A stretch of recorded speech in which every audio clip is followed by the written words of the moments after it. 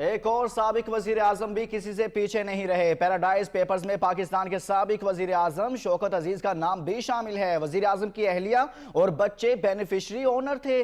NICL کے سابق director Ayaz Khan نیازی کا نام بھی آ گیا ہے۔ آپ کو بتائیں کہ پیراڈائز پیپرز میں پاکستان کے سابق وزیر اعظم شوکت عزیز کا نام بھی شامل ہے۔ وزیر اعظم کی اہلیہ اور بچے بینیفیشری اونر تھے۔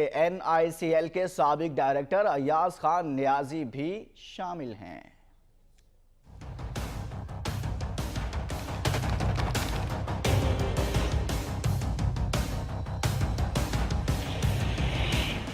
پیراڈائز پیپرز نے ایک بار پھر پاکستان میں بھی ہلچل مچا دی۔ سابق وزیر اعظم شوکت عزیز بھی آف شور کمپنی کے مالک نکلے۔ شوکت عزیز 1997 سے 1999 تک آف شور کمپنی سٹی ٹرسٹ لمیٹڈ کے شیئر ہولڈر اور ڈائریکٹر رہے، جو سٹی بینک کی جانب سے بہماس میں قائم کیا گیا۔ 1999 میں وزیر خزانہ بننے کے بعد شوکت عزیز نے انٹارکٹک ٹرسٹ کے نام سے آف شور کمپنی بنائی، جس کے بینیفیشرز میں ان کی اہلیہ، بچے اور بیٹیاں شامل ہیں۔ شوکت عزیز 2004 سے 2007 تک پاکستان کے وزیر اعظم بھی رہے۔ انہوں نے الیکشن کمیشن میں جمع کرائے گئے گوشواروں میں اپنی کمپنی کا کوئی ذکر نہیں کیا۔